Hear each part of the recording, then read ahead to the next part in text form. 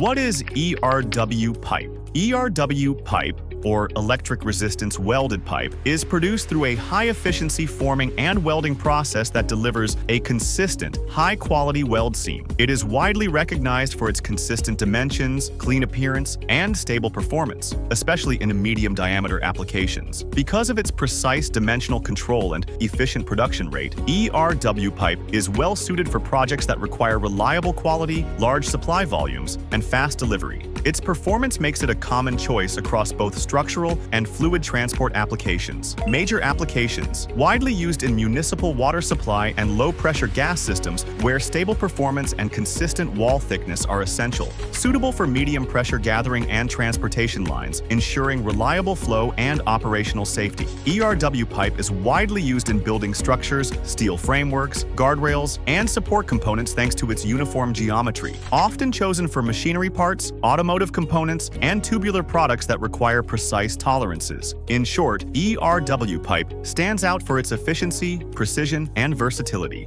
Its balance of performance and cost makes it one of the most widely used pipe types in today's industrial and construction sectors.